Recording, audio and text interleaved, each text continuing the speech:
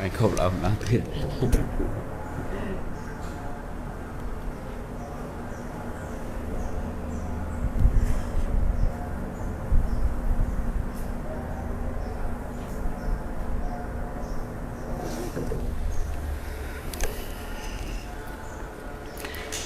Nhưng mà cái này xong nằm cả thoại bằng cùng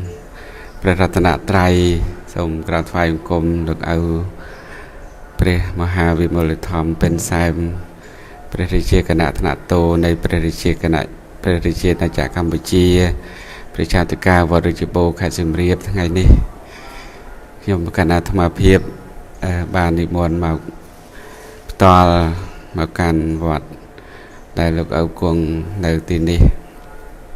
ថ្ងៃ13រោចខែអាសាឍឆ្នាំខាលចត្វាស័កពុទ្ធសករាជ2566ត្រូវនឹងថ្ងៃទី27ខែកក្កដាឆ្នាំ2022ព្រឹកនេះខ្ញុំប្រកាសអាត្មាបាននិមន្តមកក៏គិតថាមួយរយៈពេលកន្លងទៅរយៈពេល2ខែជិត2ខែ6ខ្វះ6ថ្ងៃទៅ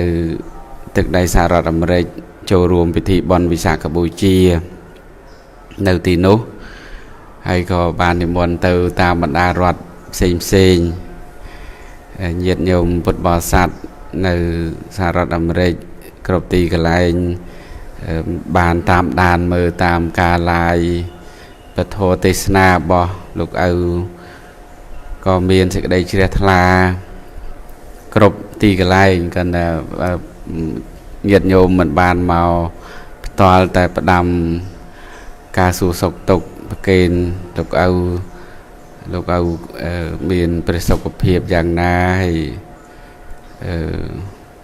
ក្នុងកិច្ចការផ្សព្វផ្សាយធម៌អានឹងឃើញថាលោកឪរវល់ហើយស្របនឹងបច្ចុប្បន្នក៏ច្រើនអញ្ចឹងទៅទាំងខ្ញុំប្រកាសណាទាំងញាតិញោមក៏តែងតែមានការព្រួយបារម្ភពីសុខភាពលោកឪផងហើយក៏គិតស្ងាយសរសើរវីរភាពការលះបង់របស់លោកឪដោយផ្ទាល់ចំពោះជាតិមាតុភូមិជាពិសេសលើវិស័យពុទ្ធសាសនាអញ្ចឹងហើយបានខ្ញុំប្រកាសណាអាត្មាមកដល់នោះក៏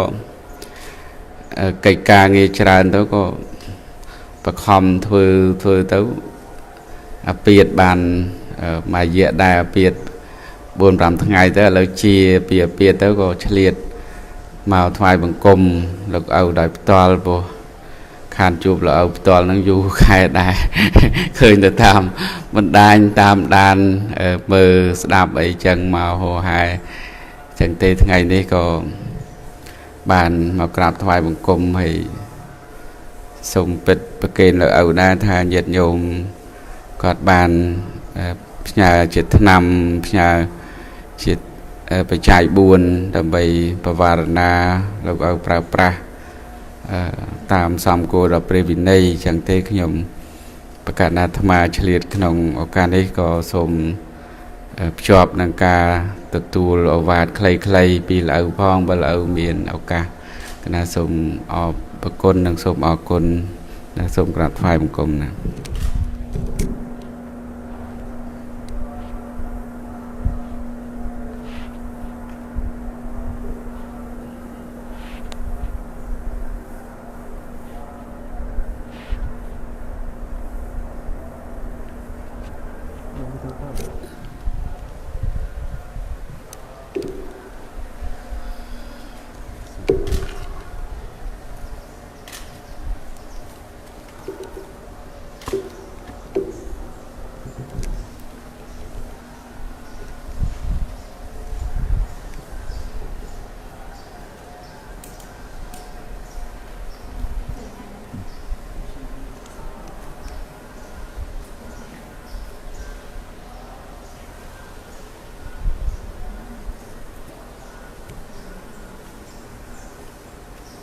ខ្ញុំករណា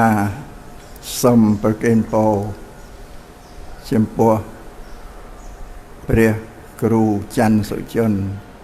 ព្រះរាជាគណៈកិត្តិយសនិងជាព្រះចៅអធិការវត្តប្រាសាទចាស់ស្រះកណ្ដាលក្នុងខេត្តបន្ទាយមានជ័យក្នុងឱកាសថ្ងៃនេះព្រះអង្គបាននិមន្តមកកាន់វត្តរាជបូរខេត្តសៀមរាបជាវត្តដែលខ្ញុំករណាគង់ស្នាក់អាស្រ័យនៅជាអចិន្ត្រៃយ៍ការនិមន្តមករបស់ព្រះអង្គក្នុងឱកាសនេះគឺព្រះអង្គបាននាំយកសទ្ធាជ្រះថ្លារបស់ញោមញាតិពុទ្ធបរិស័ទតែនៅសហរដ្ឋអាមេរិកនោះដែលមានសទ្ធាជ្រះថ្លាចំពោះការស្ដាប់នៅព្រះធម៌វិសេសទេសនារបស់ខ្ញុំកណ្ណាអាត្មាភាពនេះក៏បានផ្ញើជាថ្នាំសម្រាប់ជាបារោគនិងបច្ច័យតាមរយៈព្រះអង្គច័ន្ទសុជនមកក្នុងថ្ងៃនេះលោកបាននាំមកប្រគេនដោយផ្ទាល់ហើយពីមុនហ្នឹងម្ដងដែរព្រះអង្គទៅនិមន្តទៅមានញោមញាតិបានផ្ញើបច្ច័យមកប្រគេនដែរលោកបាន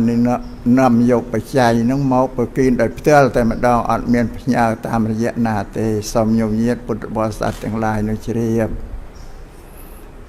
ពេលខ្ញុំករណាអាត្មាភាពនេះ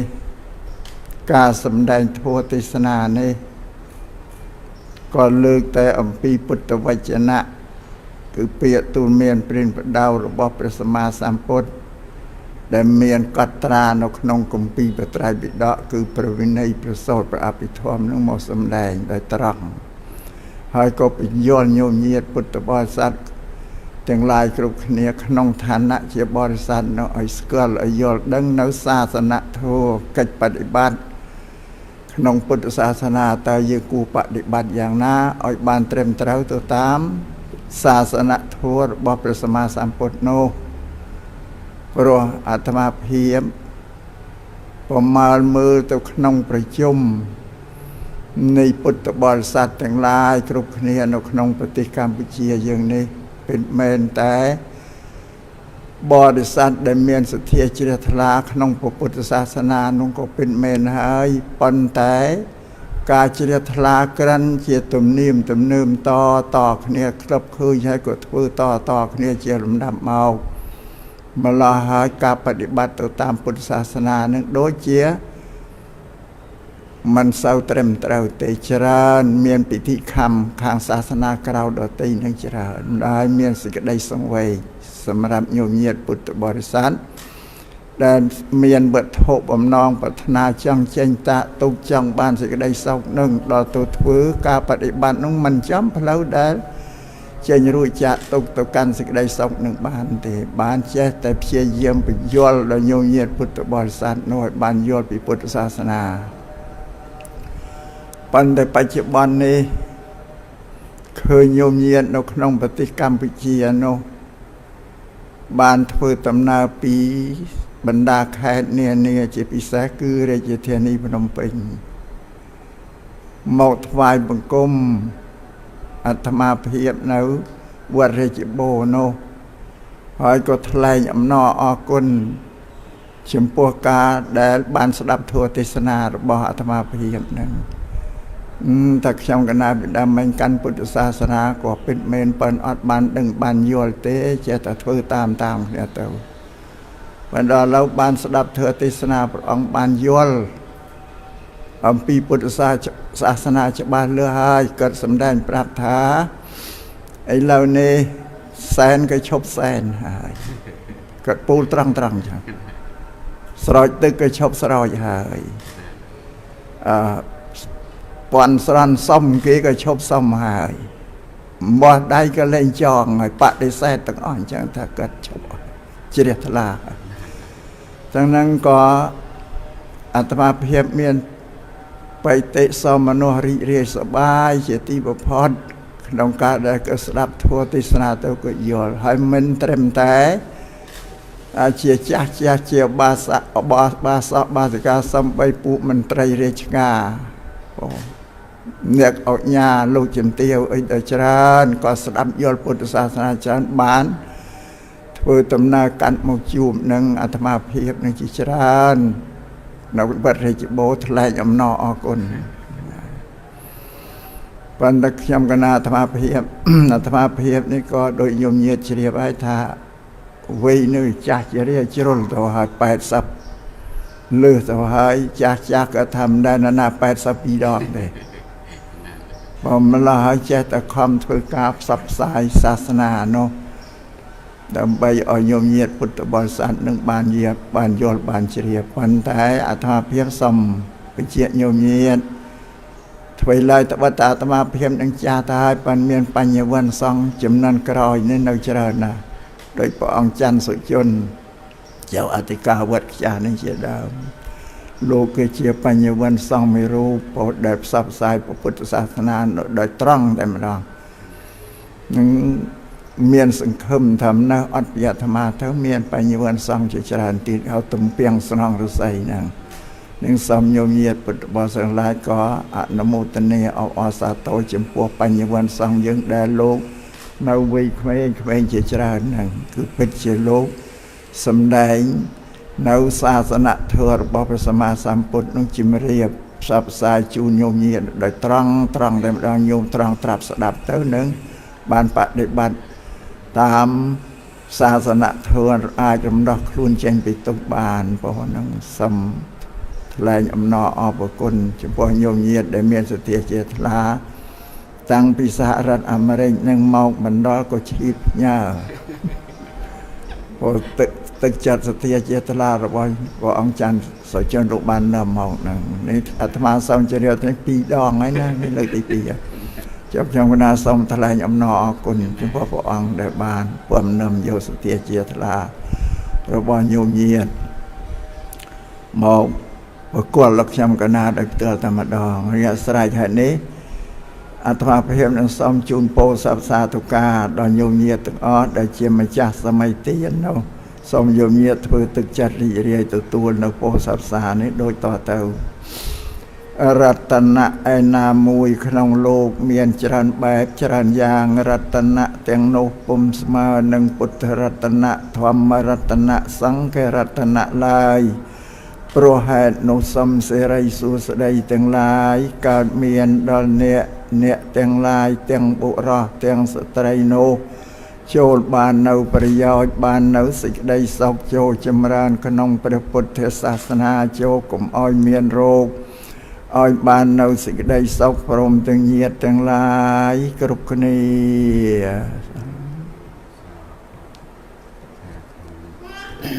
សាធុ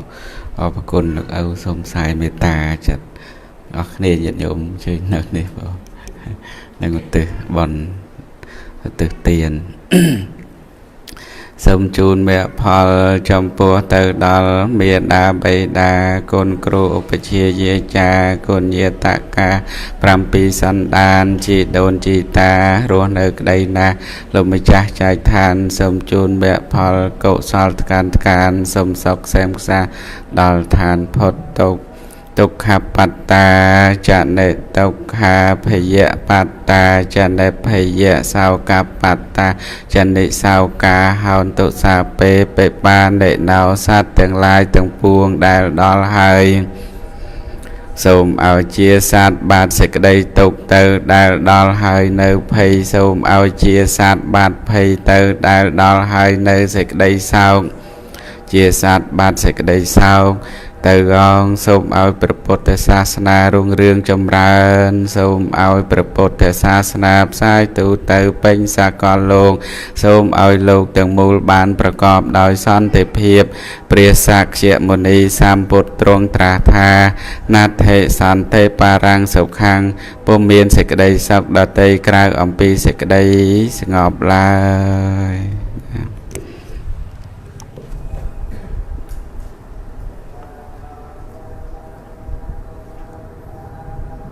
សានេះមានប្រមាណរូប